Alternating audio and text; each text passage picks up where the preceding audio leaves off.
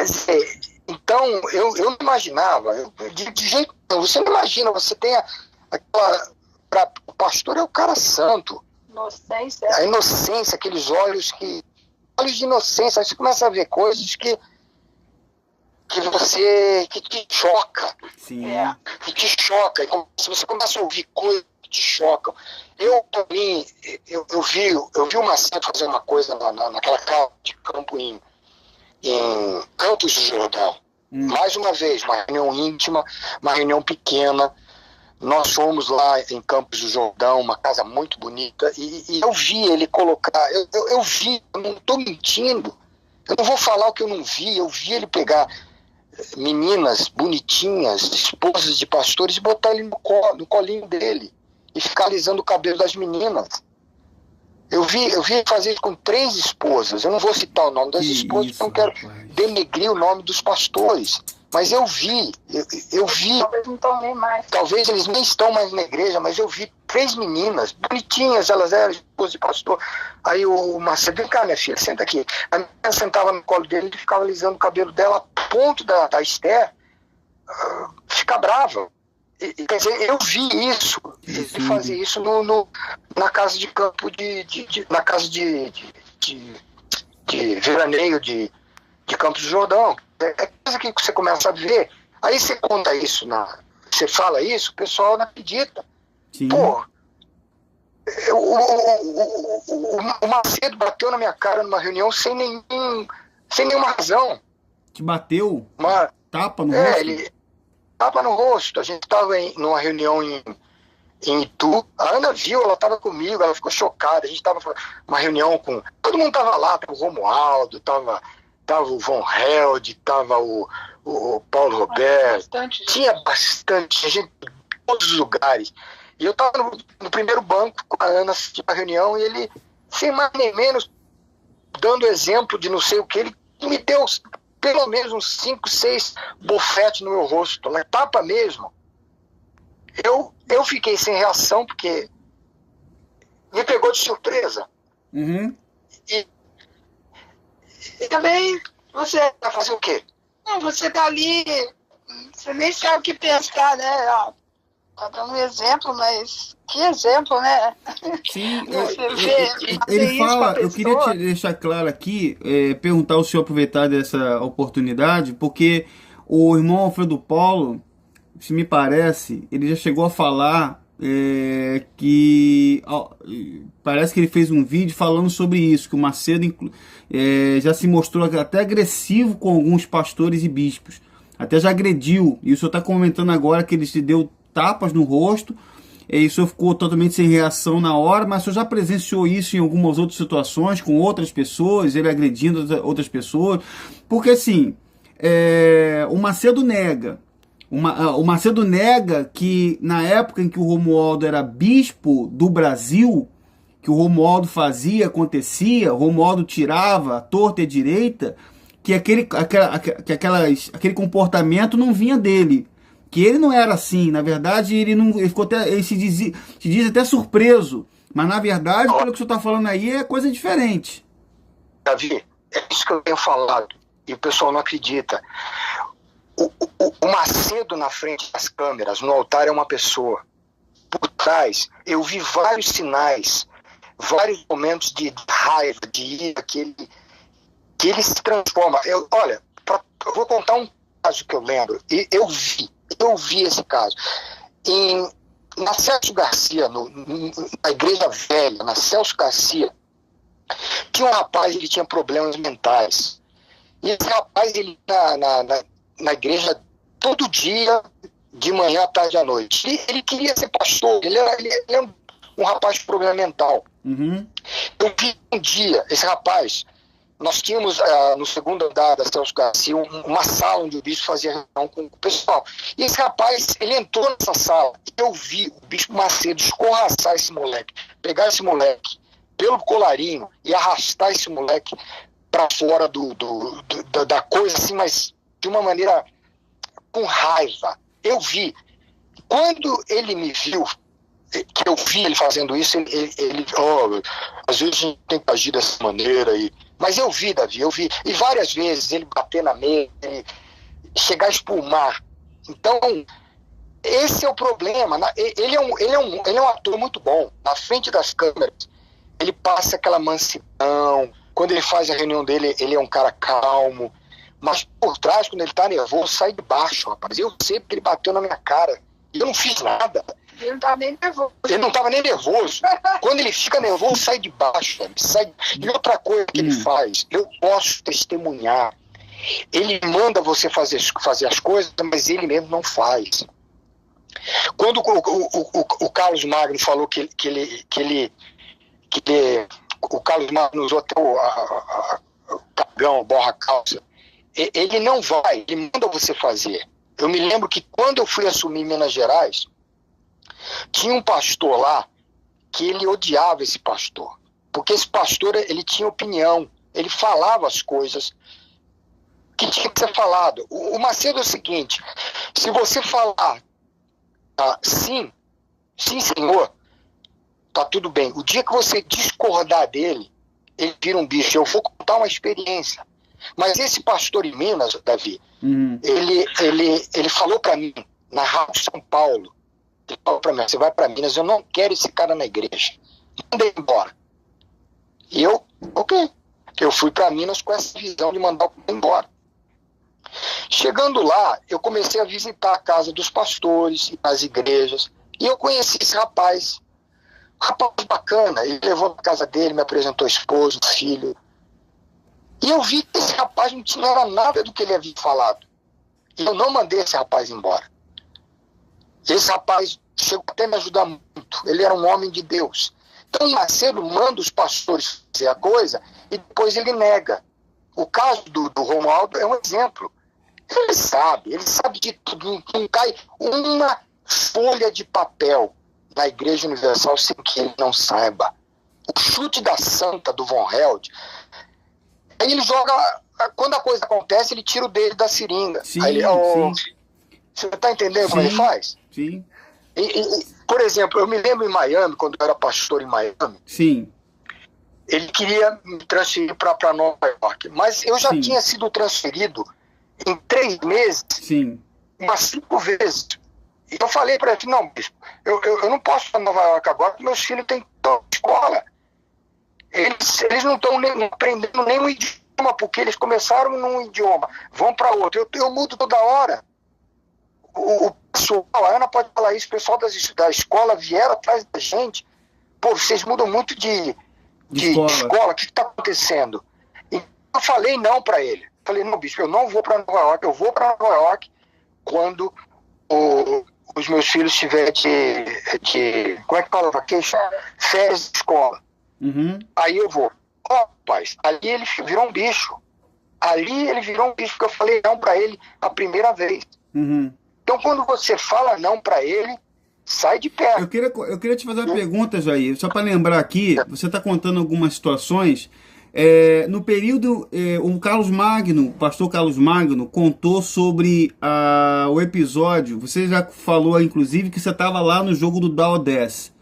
Mas você também, no período em que o Macedo foi preso, eu queria saber contigo onde você estava na ocasião.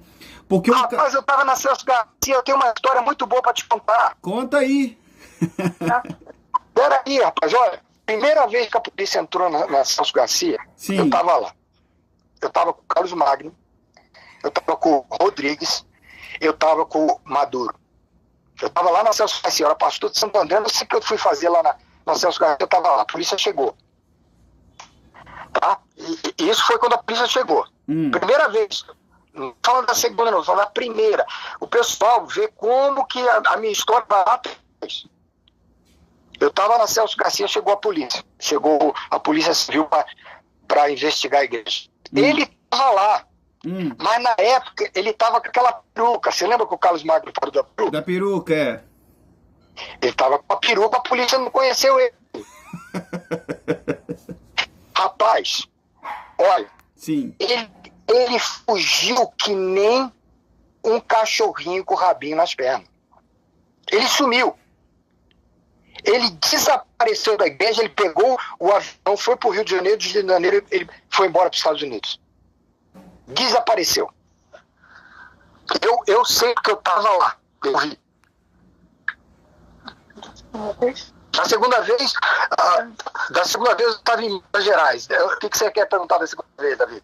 Não, eu perguntar com respeito ao episódio da prisão, porque o Carlos Magno estava contando para mim, a gente já tinha mais ou menos uma ideia de que isso tinha acontecido, porque devido às denúncias, o que a gente recebeu aqui, mas o pastor Carlos Magno confirmou que aquilo ali foi tudo uma farsa, porque aquilo ali, aquela foto dele atrás das grades, o coitadinho...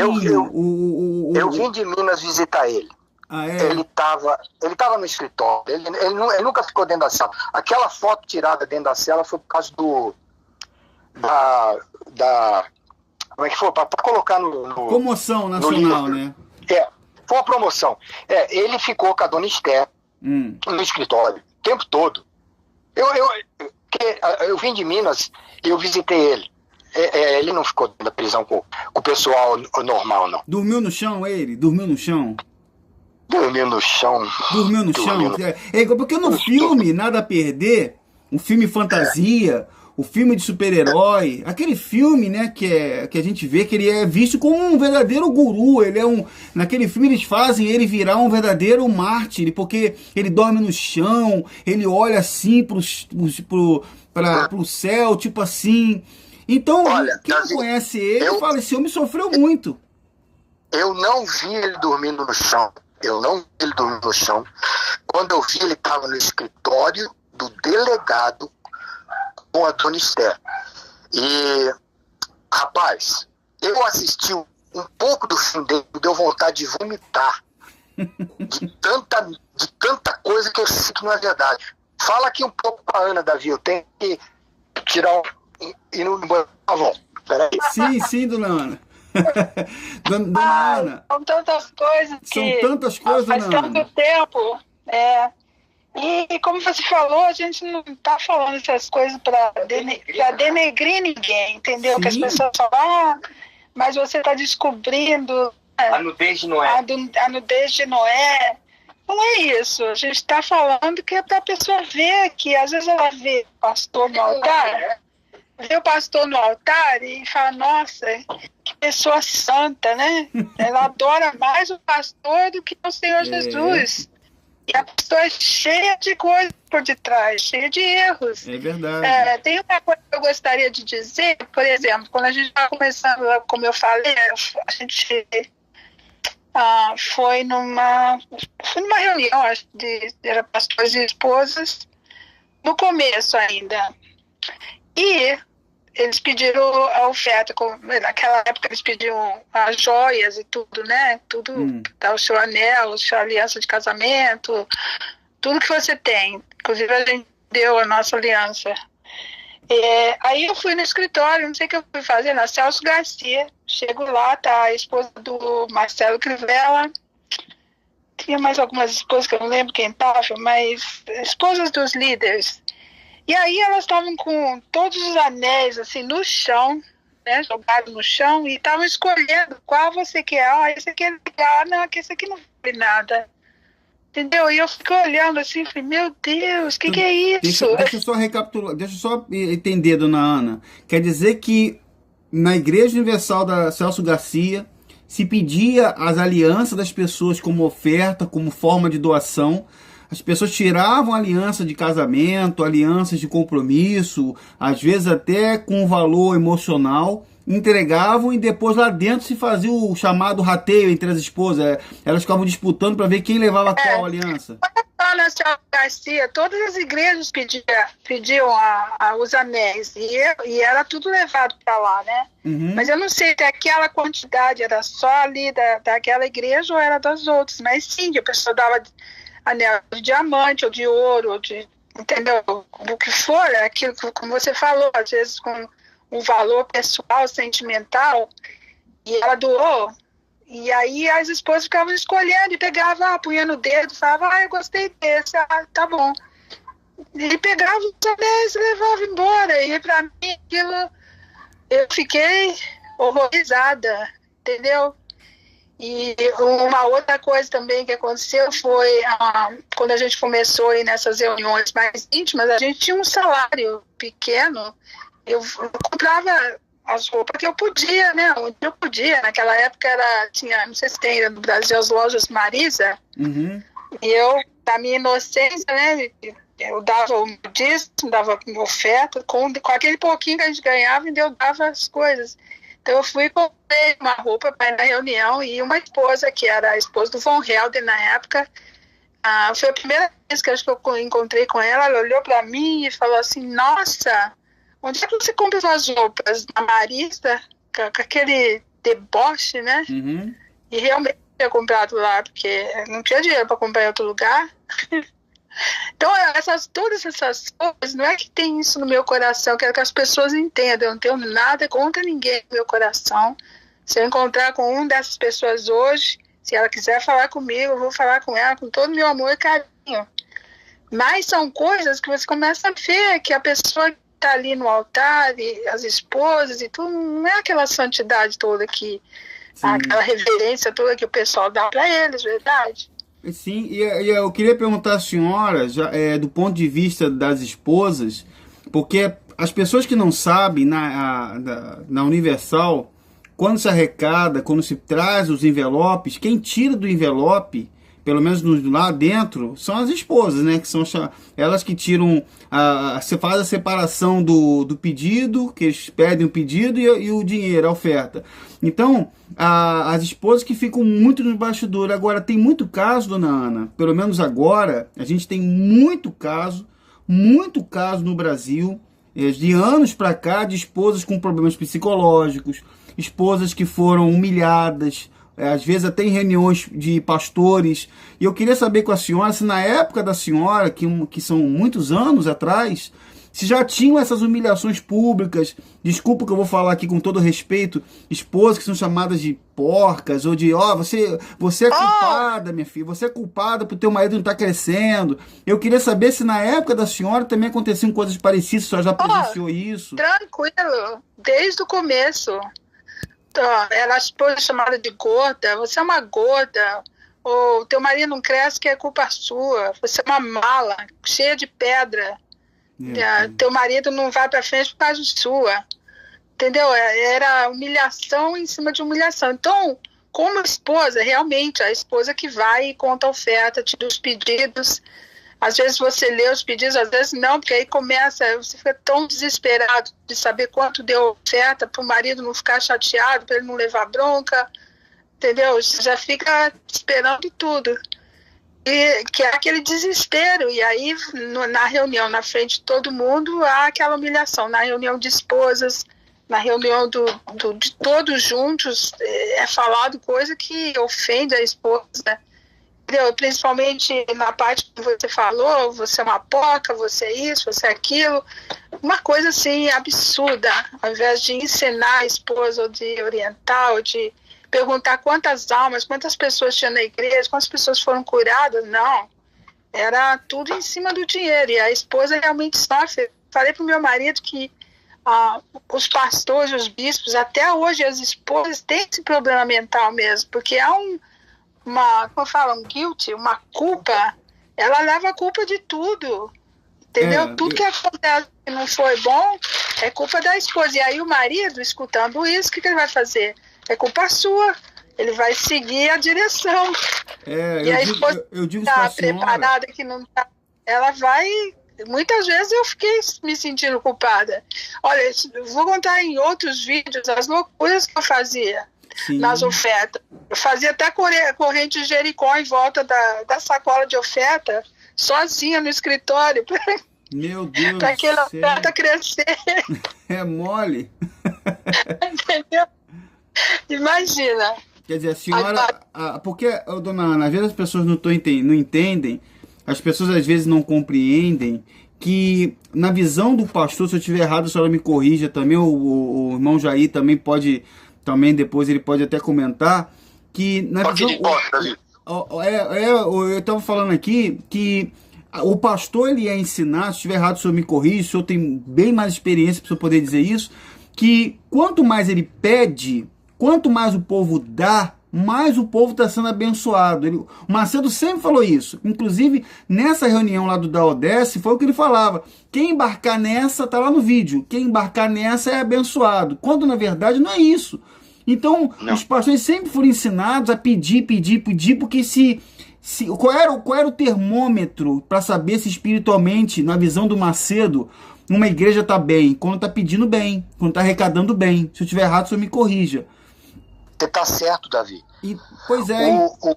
O dinheiro é o termômetro. Sim. Então, por isso que eu digo ao senhor, eu estava falando com a dona Ana, a gente percebe que as intenções eram totalmente diferentes. A gente vê aí que alguns até olhavam assim, meu Deus, eu vou continuar porque isso aqui é um trabalho espiritual, as pessoas têm que ser abençoadas. Então, só que não é isso que acontecia. A gente vê que havia uma degradação dentro dos bastidores, né, da instituição. E isso é uma coisa muito séria. Muito séria. Aí vem as mentiras, a questão política também. Eu sei que são tantos assuntos que a gente pode estar falando aqui. Só para simular o senhor aqui, para sinalizar o senhor, nós estamos com 50 minutos de gravação. Tá? Não sei se de repente eu vou dividir o vídeo em 2 ou 3. Se o senhor quiser interromper para a gente gravar no outro dia uma continuação, o senhor fica à vontade. Aí o senhor que vai mandar, o senhor que manda. Tá bom, Davi. Não, você tem razão. O problema é que você chega a um ponto na igreja que você reconhece que você não é mais um ganhador de almas. Sim. Você é um vendedor. Sim. Você tem uma meta mensal. Verdade. Você cresce baseado na oferta. Sim. Você perde a visão de ganhar almas.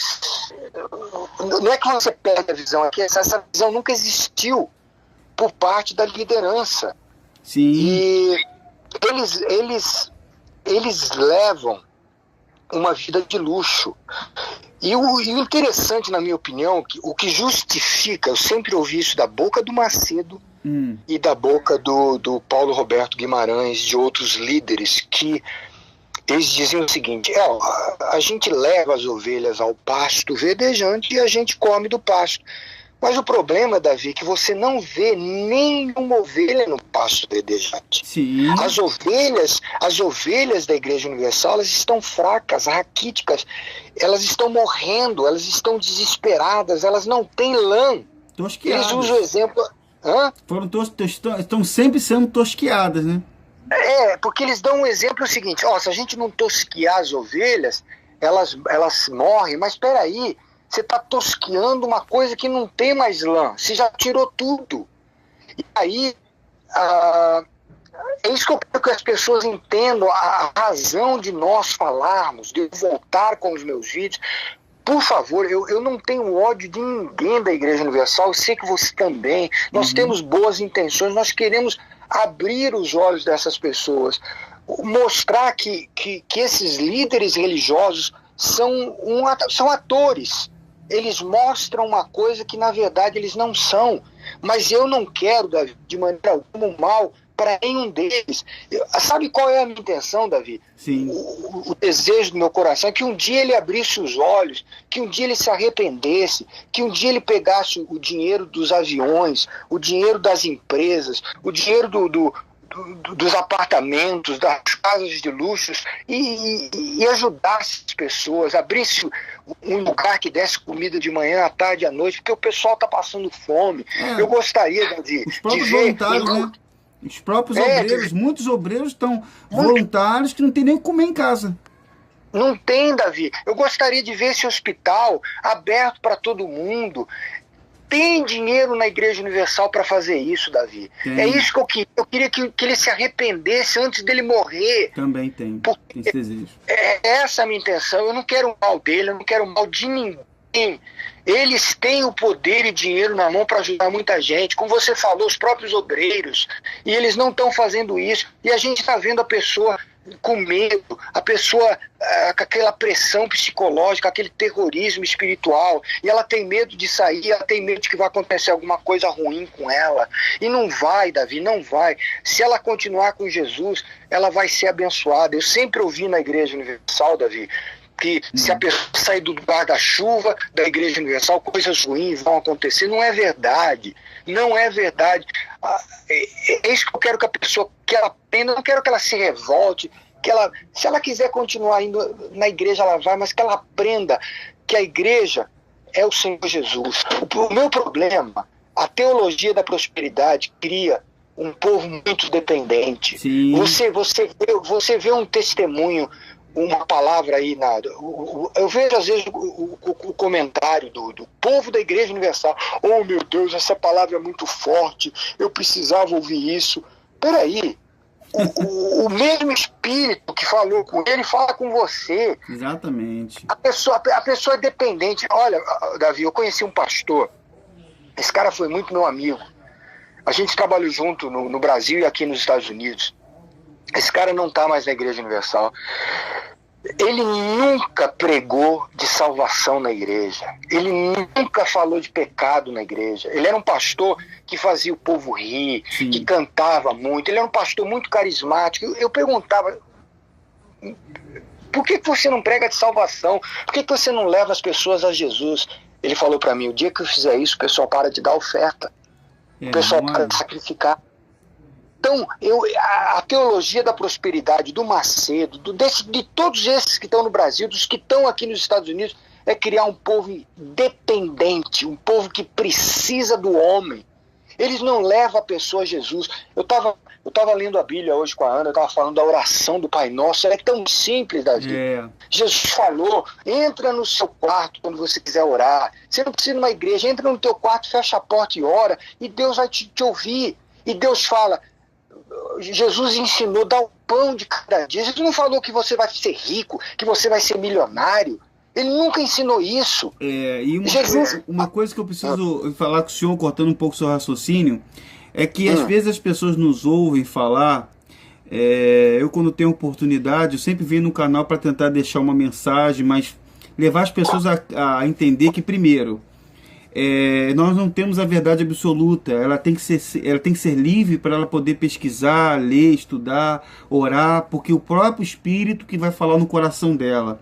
E o segundo, que eu até acredito, meu irmão Jair, que hajam instituições, talvez poucas, mas existam algumas instituições cristãs que são sinceras, que estão ali com genuíno coração. Então às vezes as pessoas ouvem e falam assim: não, mas vocês não são contra as igrejas todas, são contra congregar. Não é isso. A ideia é que, no meu ponto de vista, se eu estiver errado, talvez o senhor pode deixar também a sua opinião do senhor, mas é que eu acredito que o senhor vai até concordar, é que nós somos contra a hipocrisia ou o desvio do real objetivo.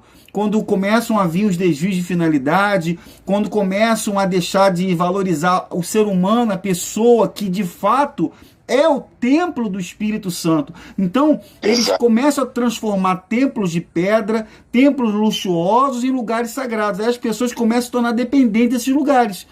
Então, exatamente, Davi. Então, esse é o meu ponto de vista. Então, eu acredito que o senhor também concorde que, por exemplo, existe muita coisa que as pessoas não fazem ideia que acontece, mas com o objetivo de que elas sejam apenas usadas. Aí você vê a pessoa defendendo.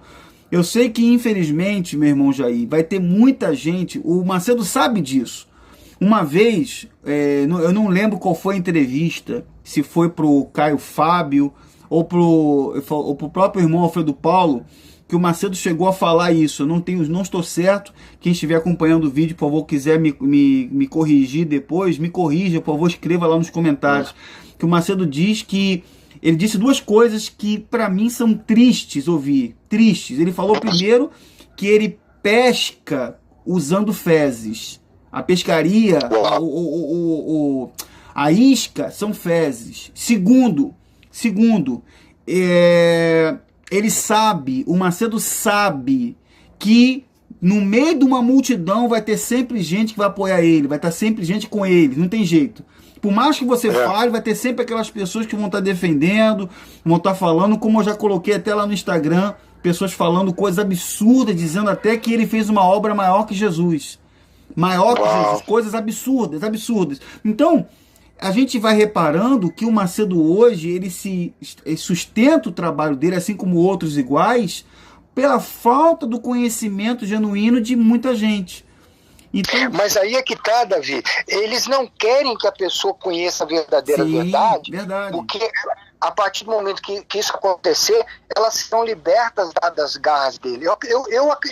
Eu concordo com você, existem igrejas honestas. Eu acredito que existam homens de Deus com boas intenções. Eu estava falando com a Ana, aqui nos Estados Unidos, domingo, se você for num restaurante às 11, ao meio-dia, você não consegue entrar, porque os restaurantes estão cheios de pessoas de igrejas. O que a pessoa faz? Ela vai na igreja e depois ela vai tomar café com a família.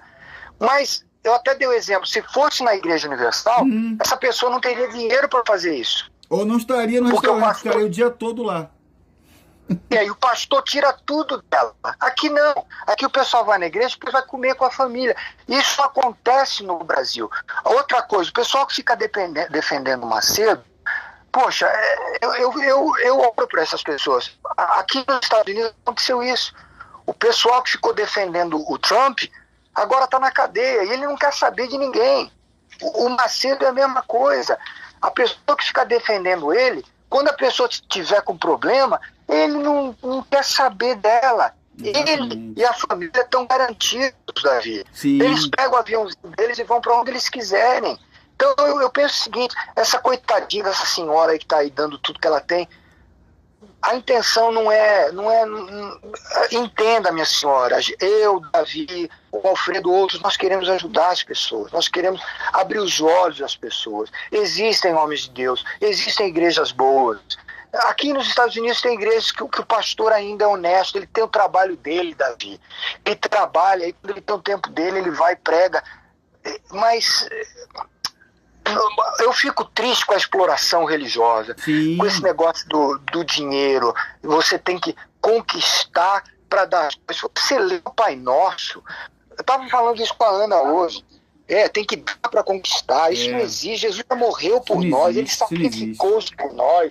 Ele falou, olha as aves do campo, olha os lírios, eu sustento eles. Jesus, quando a gente confia nele, ele vai prover para a gente o pão de cada dia. É verdade. Ele não prometeu que a gente seria rico, milionário.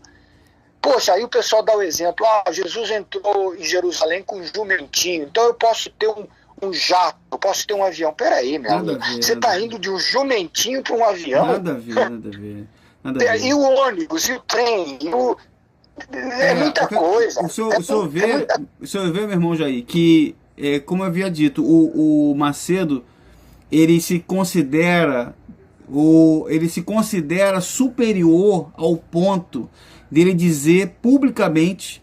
Eu já botei esse vídeo no Instagram, botei no Telegram esse vídeo. Tinha uma reunião em Portugal recente, que o Macedo disse que todas as pessoas da Igreja Universal do Reino de Deus devem a ele. Ele já disse isso. E ele não falou no Templo de Salomão: você acha que nós precisamos de você? Você acha que nós precisamos de você? Ele falou isso no Templo de Salomão. Eu botei esse vídeo no Telegram. Eu botei esse vídeo lá, ele falando. Você acha que... E ele vai dizer o quê? Que é fora de contexto esse vídeo? Por que ele fala isso? Porque as pessoas não sabem que ele já tem um banco, ele é banqueiro no Brasil. As pessoas não sabem que a TV Record é uma emissora que foi comprada com dinheiro do próprio povo, que fatura milhões e milhões de reais com uma programação, desculpe o termo, de baixíssimo escalão, que é o caso de programas como A Fazenda, só de nudez, só de baixaria, de palavrão, de mulher pelada, de homem pelado, um monte de porcaria. Então, infelizmente... o doguinho que tá latindo aqui, tá? Tá bom. Tô com o doguinho que tá latindo, tá vendo eu falando, tá falando. Quem tá falando? Então, aqui, ó, tá latindo. Então... Tá concordando. Tá concordando, é um doguinho que eu tenho aqui. Então, a verdade é essa, as pessoas não têm noção do que realmente acontece. E ouvindo o senhor falar... Sim. Só cortar você um pouquinho. Não, fica à vontade. Essa televisão foi comprada para pregar o evangelho. Sim. Eu passei fome, nós passamos fome, nós demos tudo que tínhamos, ficamos sem salário meses e meses para que essa televisão fosse comprada. Esses novos, o genro dele, eles não sabem disso, eles nunca passaram por isso. nós, os mais antigos, deixamos de comer para comprar essa televisão, porque foi feita uma promessa que esse dinheiro, que essa televisão seria para pregar o evangelho. E você mesmo falou, uma televisão mundana. Qual a diferença entre a TV Record e a TV Globo? Nenhuma. Não, e detalhe, eu sei que o assunto é muito longo, eu queria pedir a sua permissão, só para poder finalizar aqui esse pedaço, mas a Record, ela se dispôs agora a fazer séries bíblicas e tal, tipo para grego ver, que, né, faz essas séries bíblicas aí.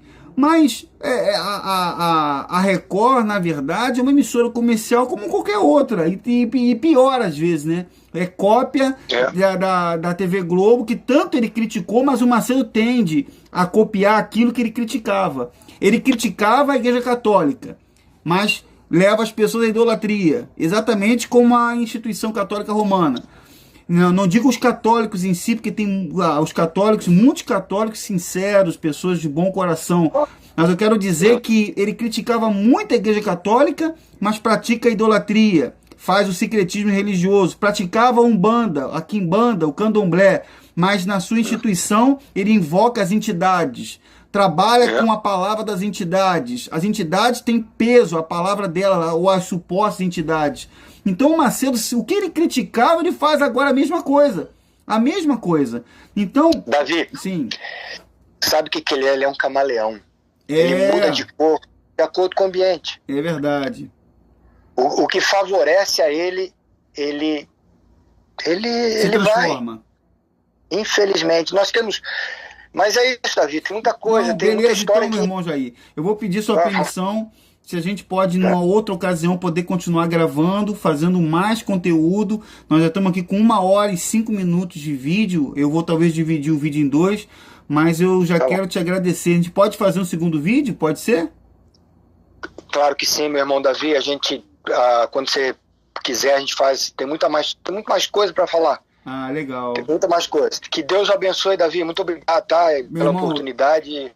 E que Deus abençoe e ajude muita gente. Amém. Eu quero te agradecer, quero agradecer a dona Ana também, quero agradecer a vocês por esse tempo que vocês cederam pra gente. Olha, pessoal, o irmão Jair Francisco, ele fez esse vídeo comigo. Nós vamos estar marcando uma próxima ocasião pra gente gravar mais conteúdo. Quero convidar você que não é inscrito no canal do irmão Jair Francisco. Eu vou deixar aqui no vídeo, aqui embaixo, o link do canal do irmão Jair Francisco.